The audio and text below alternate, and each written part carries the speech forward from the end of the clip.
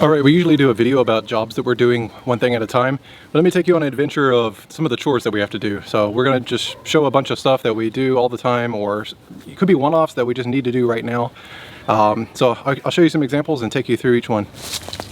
Alright, you may have noticed I cut some extra holes in my shirt, front and back.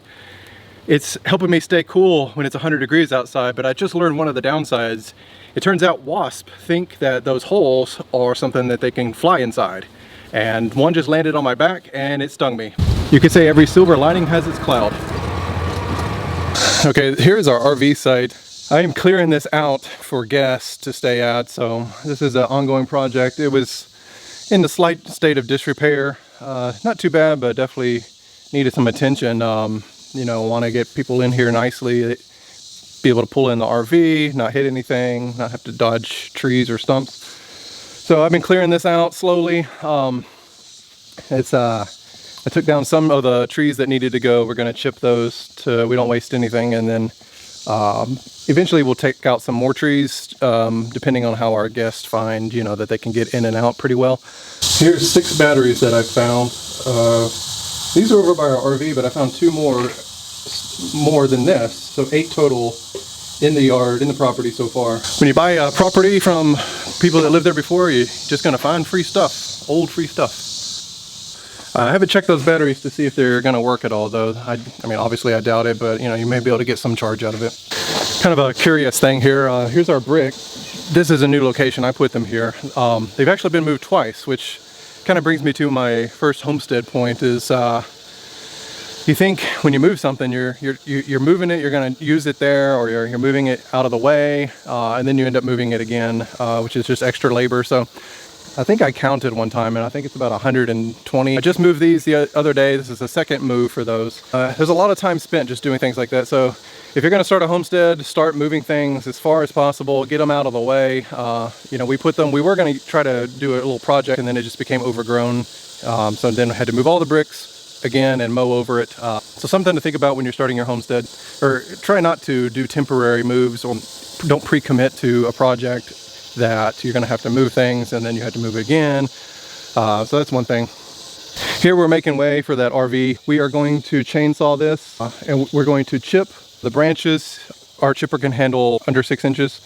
Hopefully for the RV site, we're going to put in some gravel. You know, first things first, we got to clear this out, make way for them to come in. There's another video of me clearing out the RV area. We got a nice steel chainsaw now that is much better than the electric one that we had. 10 trees, various sizes. We took those out that we're going to chip. We're going to cut them off at the ground. We're going to stump grind them if necessary and just make this place a little bit nicer. Everything takes time, way too much time. Obviously, you know how things go in life. Especially homesteading, we're gonna have to, you know, take it one step at a time, money-wise and time-wise. Here's another example of the rocks that we find. I've just been collecting them here with this water hydrant. You'd be surprised how many rocks are in the ground, especially after a rain. Another one becomes uncovered. Another thing on the to-do list, this tree fell over during the winter, and we've already bucked it up into some rounds here that we're gonna take care of later once we get our log splitter going, which is not quite finished, so we're going to finish the log splitter and then come get these. Okay, if you look over here, you'll see where it fell. It's actually half of the tree that fell. The other half is still standing, but very suspect. I think it's going to go anytime. It's already leaning. It's actually a Shumered red oak. I used the Picture This app. It's really great. We love that app. It pretty much identifies spot on, you know, 99% of the time. But that other half is going to go. If we get time, we might pull it, but right now it's not going to hurt anything, and we have so many other things going on. We're probably just going to give it a little bit more time to see if it falls. It looks to be about maybe 70 feet tall, and this is just one of the trees that fell. There's 2 more that fell on the edge of the property. We could go get them, not important, you know, go get them if and when we need it. You know, firewood or for chipping, making mulch. So we might go get those, but we also took down a tree, so we're chipping that one too. So lots of stuff to stay busy.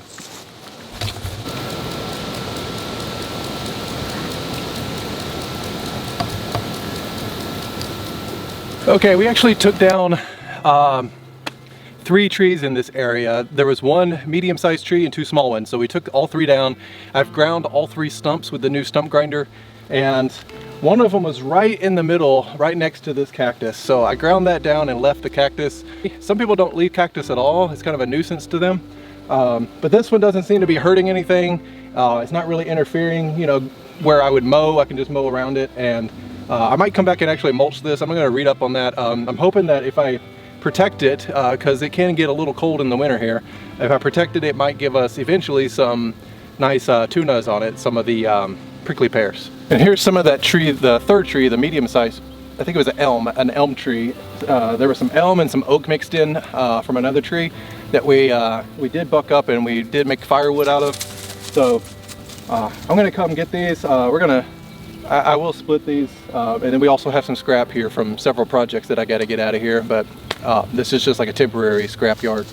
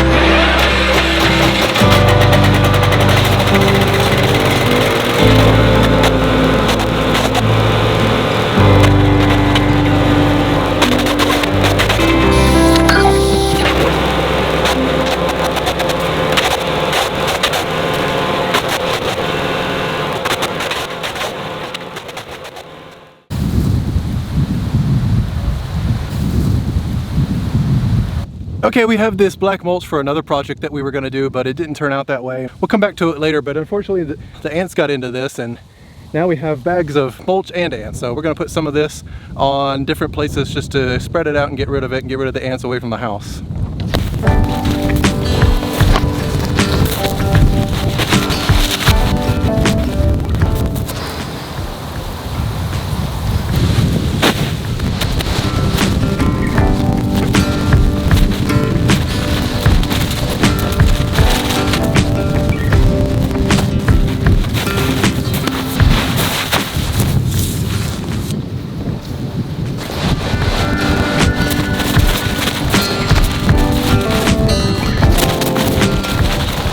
All right, we just got done with our landscaping wall by the river rock to hold that back, and we got leftover 67 rock. So part of it's going here. I've already dumped some. We're going to spread this out a little bit more, and we're going to spread this out. If you can tell, it used to be a washout, a lot of sand, a lot of fines in there. So the 67 rock is really going to help support this area. But the rest of it, we got about the same amount, probably a third of a yard, and we're going to put that by the chicken coop to bolster its defenses and help stabilize some of the walkways there and keep the mud and the weeds out.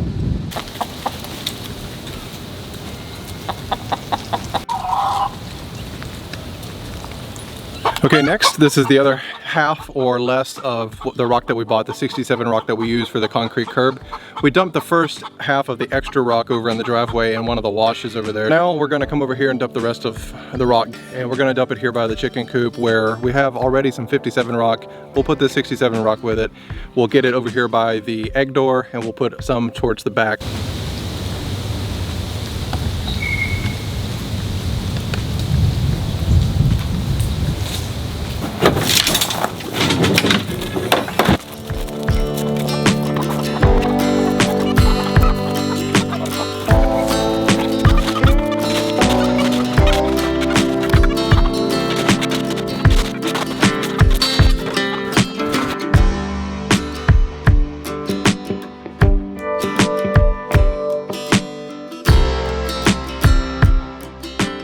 We could have used a little bit more rock, but we'll come back with some more later. The flagstones are set in place, not gonna trip and fall. So we'll come back and add more rock later, but this is a thing, kind of do as you go sort of thing. Okay, our next chore, burning boxes. I like to use the same spot. I don't like to get it away from here where it might burn leaves and stuff that are really dry. And we have it right by a hose, so we're gonna put the fire out as soon as it's done. We get so many boxes for so many things, so we're gonna burn these and get rid of them. It's like every 2-week activity or sometimes a little bit longer, but they just collect and we're gonna burn them over here.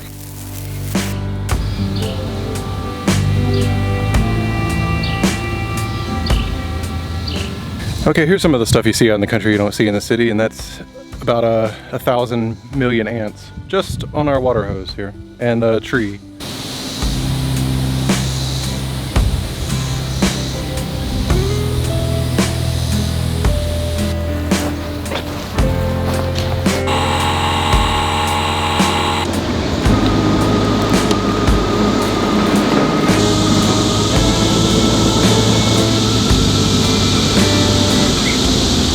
Okay, it's a nice day. We're gonna get this hog trap loaded up on the trailer and move it out of this pasture so we don't have to go through a gate anymore. These things are surprisingly light. I'm gonna be able to do it myself, just drag it up there. Don't need a winch or anything, so let's just get it done quickly and get back to other things.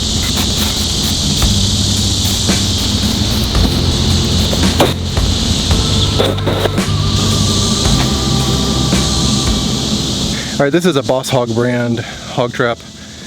While it is surprisingly light by itself, it was stuck in the weeds, so it was a little bit of a deadlift, leg press, and an overhead press there to try to get it out of the weeds, get it unstuck, and then wiggle it onto the trailer and push it up. Not too bad, but definitely not a lightweight for somebody that's not used to that. So now we're gonna go pick up some hay bale twine, some of this string that goes around the hay bales, and this is obnoxious if you run over it in a lawnmower or a tractor. It gets all caught up in the blade, so if we see this, you want to get rid of it. Get rid of this stuff. If it just stays around and you happen to run over it, it's going to be a pain to get it out of your blades.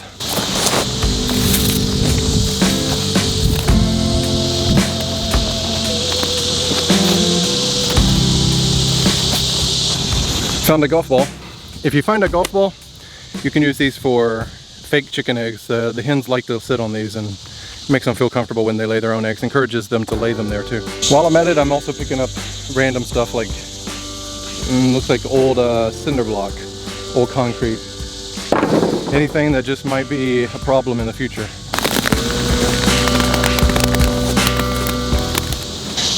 Another thing about this hay bale twine is it can stick around for years.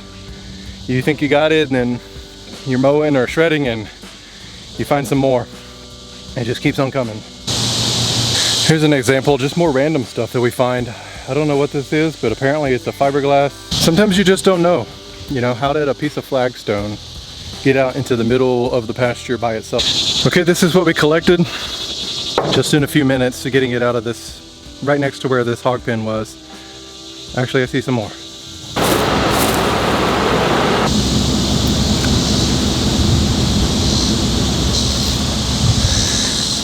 Okay folks, this is what we collected in just a few minutes.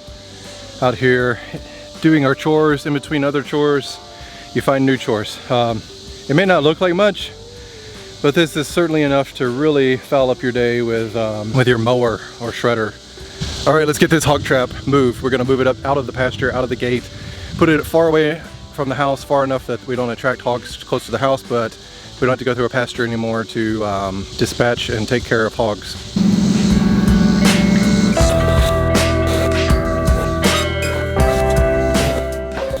Okay, here's our new spot. It's a little bit away from the house. They've come up through here when they had a pack of about maybe 20 or 30 of them one evening when we saw them, and they took off running when they saw us.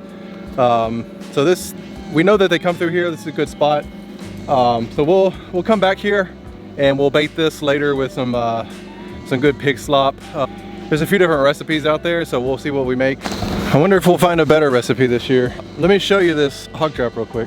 So for those of you not familiar, this is a medium-sized one. There's some smaller ones, but there's definitely some bigger ones out there, computer controlled, all that stuff. This is just a simple mechanism. We can open our door here. See, it's on a spring. It's got a latch here. This is your latch mechanism. So once the door is open, we'll set this latch to hold the door open, and let me show you the wire. The wire is at the back. Here's your trip wire.